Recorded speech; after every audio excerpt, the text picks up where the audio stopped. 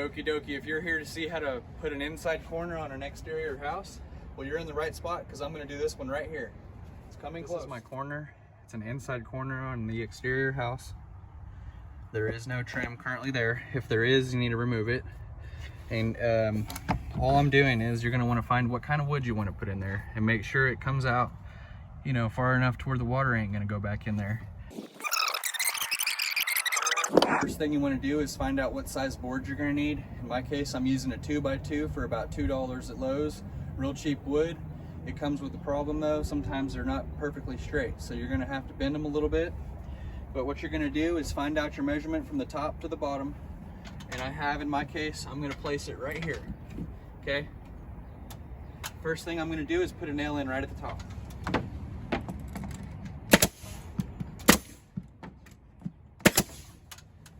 Okay, now that it's secured at the top, I can let go and I can go to bending and wiggling it to where it fits in place, where it's smooth with the house.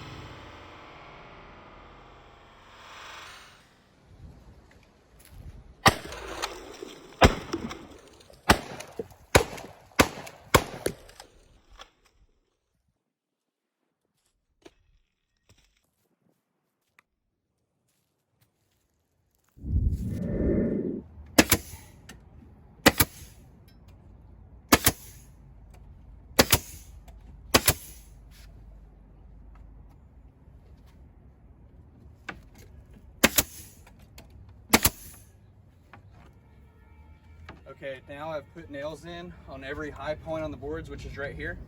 This is the high point, this is a low point right here. So you want to put the nails on the high point, and I've put them all the way from top to bottom. And this is straight just like I like it. Now I'm going to run caulking down these edges on both sides to seal the water from coming in.